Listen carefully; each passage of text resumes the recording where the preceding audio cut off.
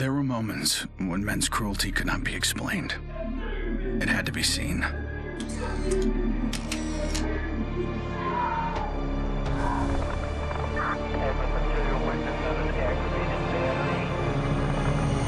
The perfect shot pierced our numbness, sent up a flare to save the next generation. It said, "This is where we've been. Don't follow." Then there was no one left to heed the warning. The only one left to save was yourself.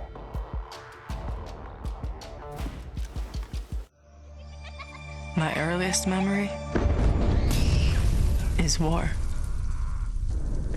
It was a conflict so complex that it could never be resolved.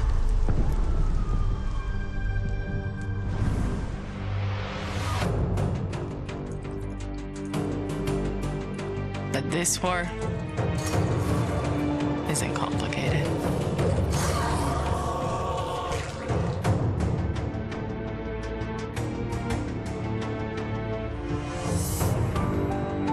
Death is still heartbreak.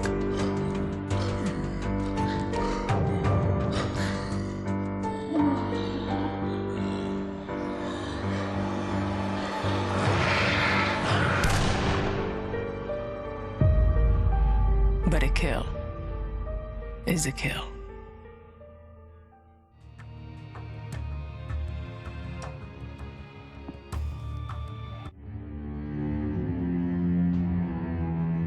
Don't play in the dirt, Ethan. Stop fighting, Ethan. Be polite, Ethan.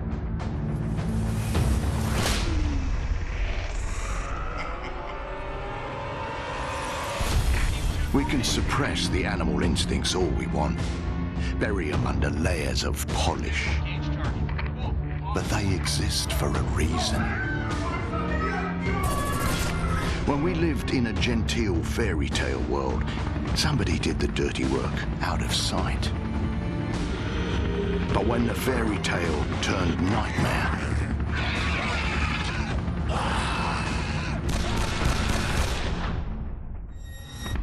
those instincts were the only thing that kept us alive.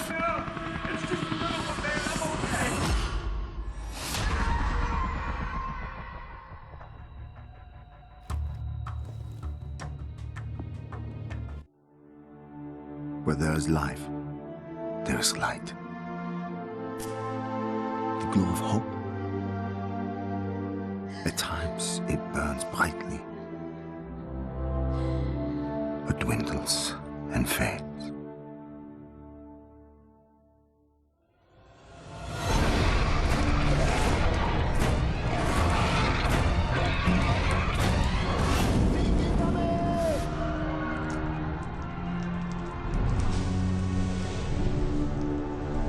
But once it is lit, we must never let it die.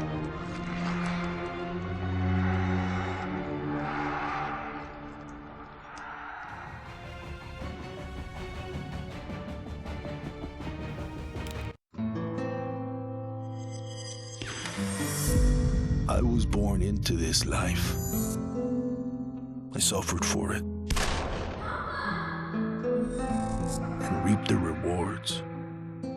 I could tell you that I didn't want it. That I tried to get out. Don't move, scumbag! But I got no reason to lie anymore.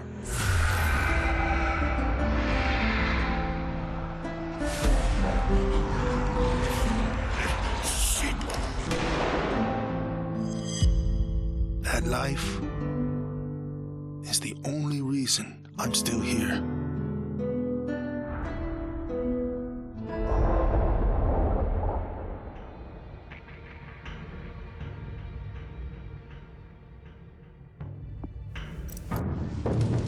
We're so small, really. Insignificant. In the grand scheme, one life means so little. You dedicate yourself to a principle. But But in the end, it's out of your control.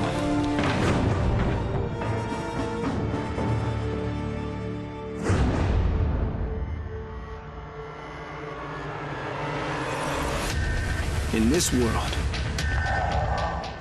principles get you killed. You lend a hand, it gets torn off. You hesitate, you die. So you want to save someone? Save yourself.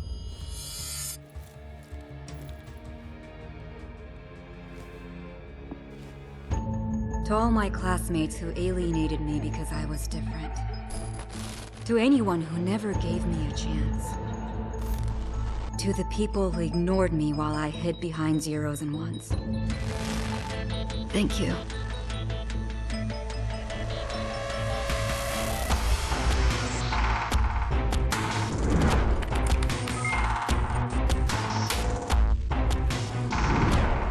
Without you, I would never have made it this far.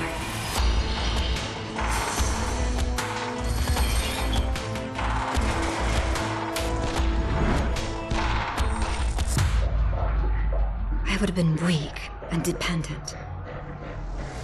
I would have ended up just like you.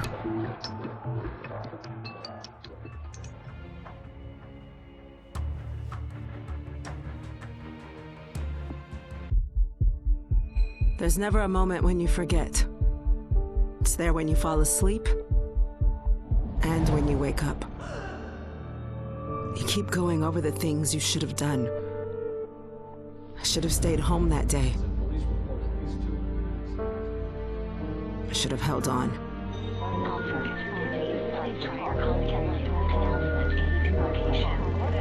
The agony is always there.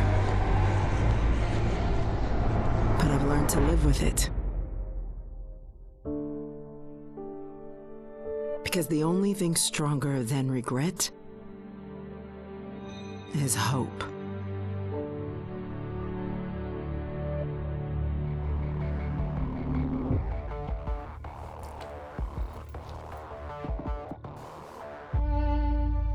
I was never afraid of Cachet the Deathless. I laughed at the fairy tale of this undead phantom. A woman of science would never fear such silliness. But what do we know?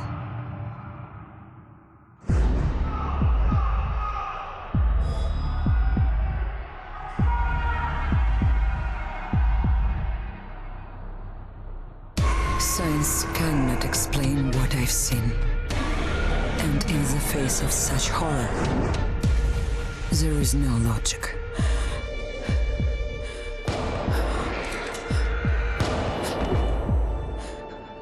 Only faith.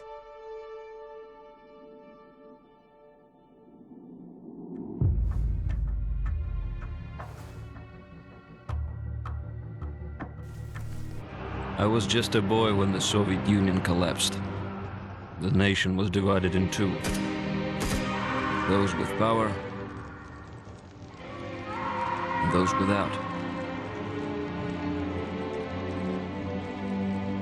At 8 years old, I learned the price of weakness. And I vowed never to pay that price again.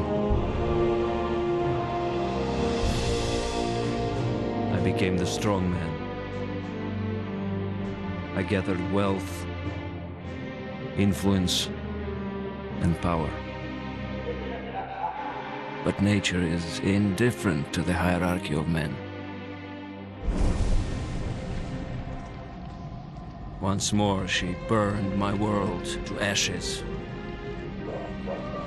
leaving only bitterness and the rage I would need to survive.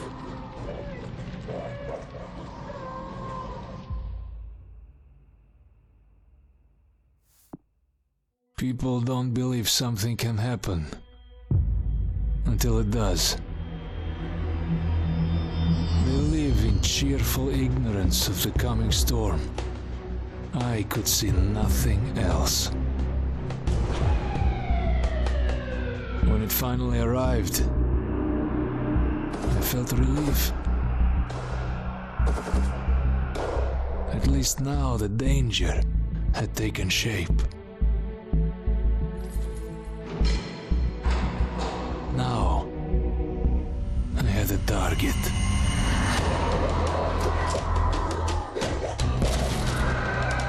And I didn't have to fight alone.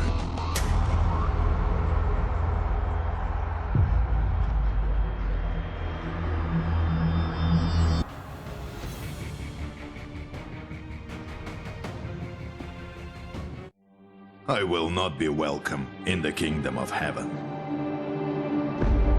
That fate was never in the cards for a man like me.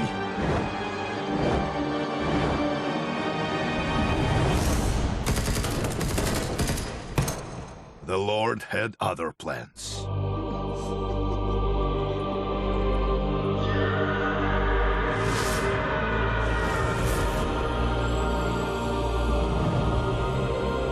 I have made my peace with God.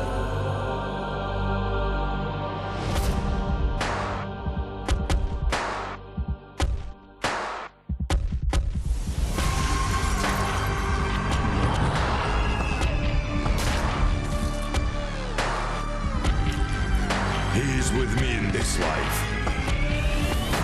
and that is enough.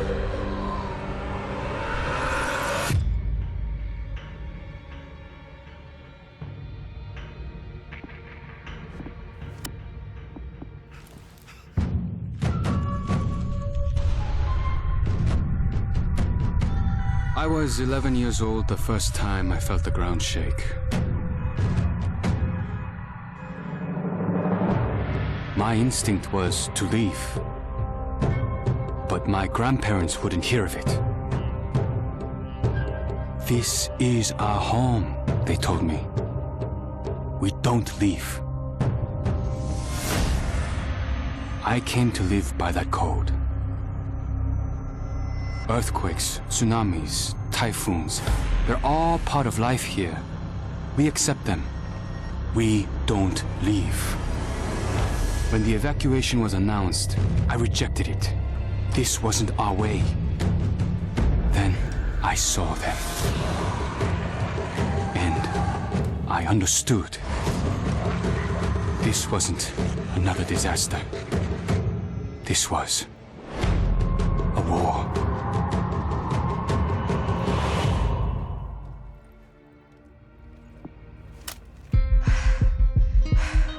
Nobody expected a 9-year-old girl from Tokyo to be fascinated by guns. Nobody imagined a 22-year-old university senior would drop out and train for the biathlon. Nobody believed that the daughter of a salaryman could win Olympic gold. And nobody predicted that a necrotic plague would decimate our planet's population. But life is all about the unforeseen.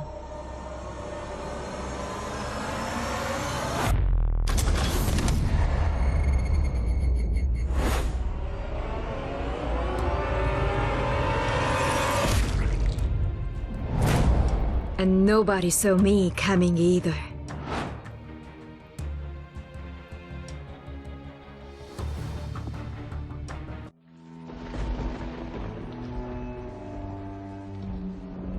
I always wanted to be a cop. Thought I could do some good. But the scum on the street kept destroying lives. While I was wrapped up in red tape.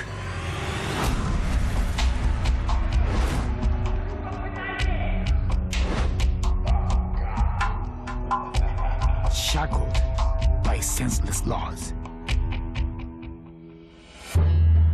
The virus stripped all that away, left us to fend for ourselves. And finally, the chains were off.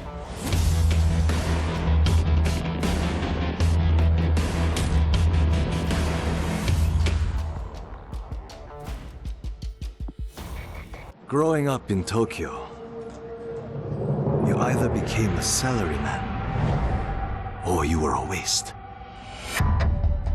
If you asked around, it's safe to say I was the latter. They said I lacked self-control, that I shamed my family. So my father sent me off to relatives in the States. Turns out, Americans care a lot more about earnings than honor. Which worked out fine. Until the Zeke showed up.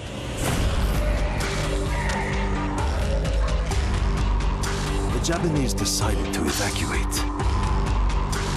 They didn't have the firepower to fight. But I had special skills. So when everyone else was leaving, I went home.